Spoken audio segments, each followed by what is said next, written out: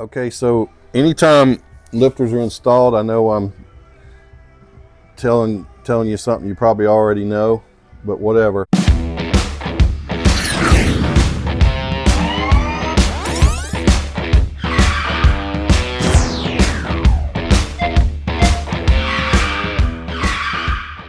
Well, good morning, everybody. What? Were you saying something? Today, we are going to finish up this 18 anniversary bike. And first thing this morning, Tony has started with the new S&S compensator.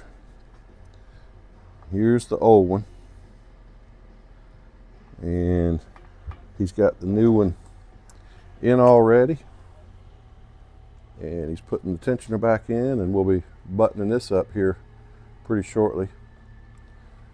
And I think we'll jump to the other side and do the cam chest, oil pump, push rods, intake manifold, and whatever else we can find to do. That's right. We'll be right back.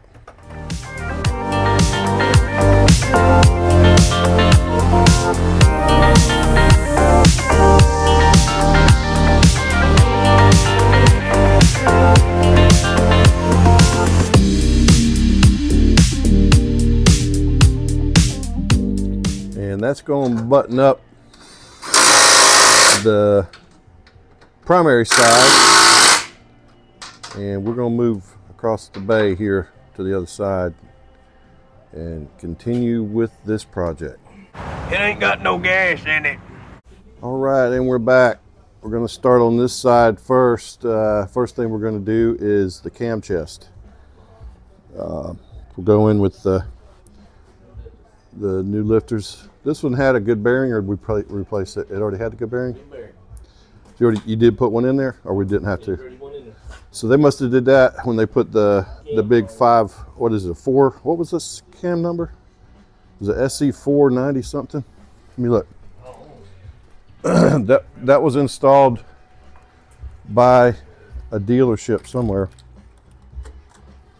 And that was the Screaming Eagle 498. So this one's probably got head work. That's got head work done on it. And so the bearing was not an issue. It was updated. And we are going to put in a different oil pump, the S&S oil pump.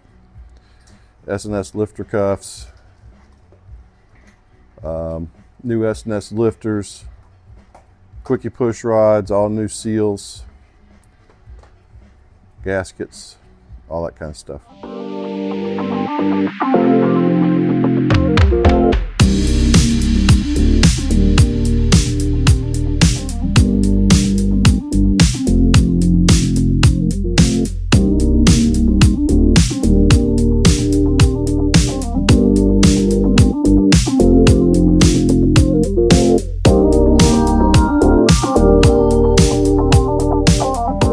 Okay, so anytime lifters are installed, I know I'm telling you something you probably already know, but we'll go over it anyway. So when those lifter cuffs are installed, Tony's going to go ahead and push them all the way up as far as he can, and we'll show you all the way to the top. Let me see if we can see down in here.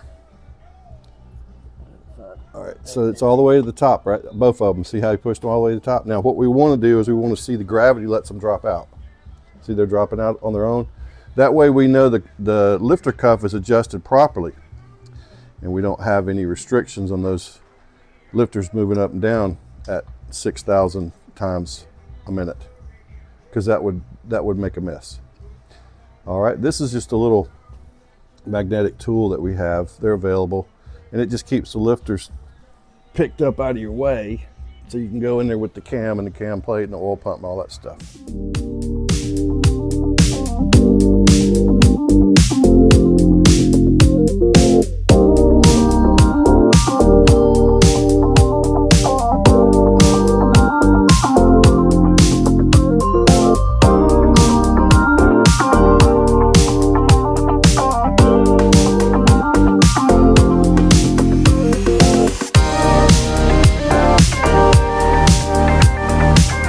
Okay, so we have the cam plate oil pump, cam, tensioner, gears, lifters, lifter cuffs, all that stuff is done.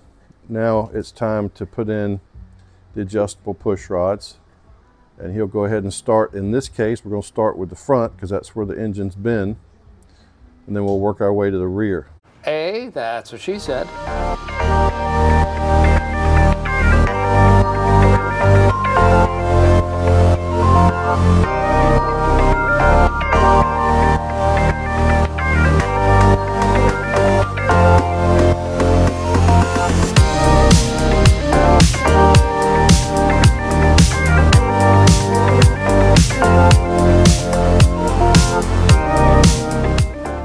All right, I know this is a crude drawing, but I'm going to try to explain to you what's going on. And again, this isn't for the professional guys. This isn't for the guys that already know this. This is for the guys that happen to be watching that always hear the term adjustable push rods.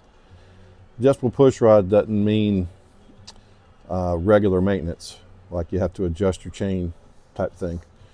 What adjustable push rods means is that you can adjust the push rod to the point where it would be the same length as a factory push rod. So inside your lifter, this is a general representation of a lifter. You'd have your roller, then you're going to have a little cup right here at the top of it. That cup moves up and down, but it's held in there with spring tension and hydraulic tension oil. So what happens is there's a certain amount of travel with this piston right here, but it's out of the box, that piston is all the way to the top. So this is basically a shock absorber for your push rod in general terms.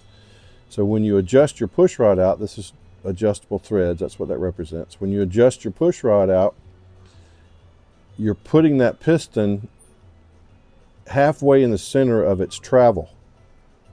And most of the time, especially with S&S push rods, it's 4 turns. A lot of people say 24 flats. Well, there's 6 flats on a nut, so 6 times 4 is 24. So it would be 4 turns or 24 flats. So that's going to stretch that push rod out. It's going to put that piston center ways of its travel. This represents the rocker and the valve. And that's the roller, and you'd have your cam down here.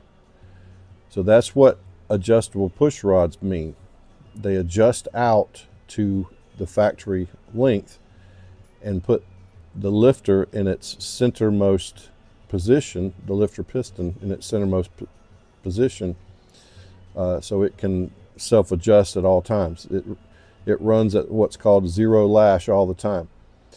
Back in the day before hydraulic lifters, that's when everybody used to have to go in and get your valves adjusted, because these were solid lifters.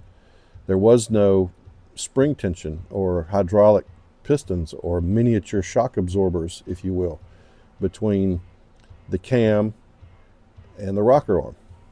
So I hope that helps explain to those that were wondering what adjustable push rods are all about. Oh, that's brilliant. And Tony's now working on the rear. That's what she said. I tried not to talk because I didn't want to disturb his counting. So he's putting that push rod, just like I just described, he's putting that push rod where it needs to be.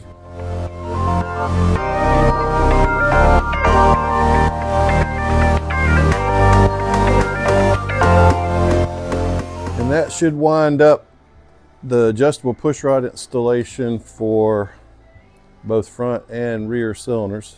Now the next thing he'll do is he'll just make sure both those push rods can spin. We went ahead and preloaded all 4 lifters with a vacuum. You've seen me do that before. And it comes out to be, It works out good. He's spinning both of them. There you go. So now we can move on to the intake manifold. We'll get that done.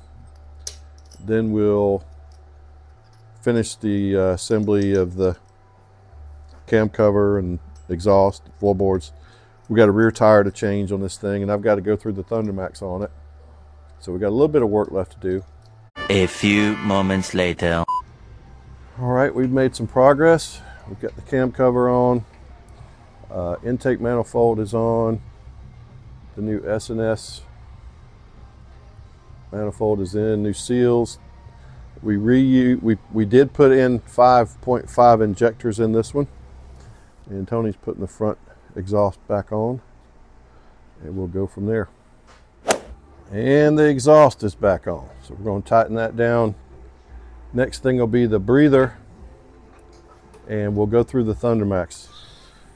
All right, now we got the rear tire installed, breathers on, gas tanks on, and we're going to go ahead and pull some information out of the Thundermax. I'll go over what we've got and where we want to be, and then we'll go from there. All right, now what I want to do is I want to pull, let's get rid of this latest one here that we don't want to be involved. Let's go to map editing and let's read maps and settings. I reviewed this one earlier on another earlier video, but I'll recap what we had on here before I make a change. I'm going to start with a brand new map. Okay, I went ahead and changed the map for a 107 and adjusted the injector size from 4.3 to 5.5, and we're going to go ahead and start the bike up and let it run.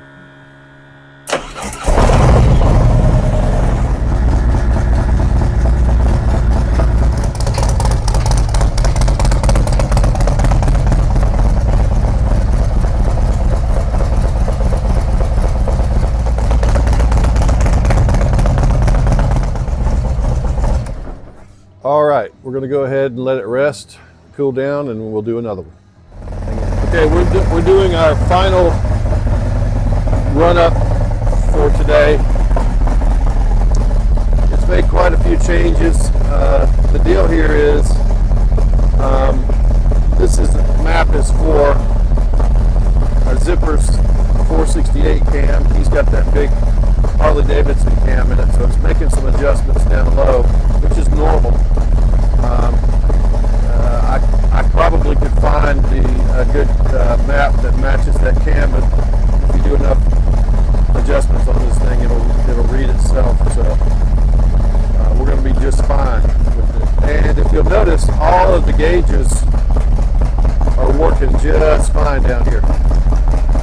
Everything is right in line. So it's doing a really good job.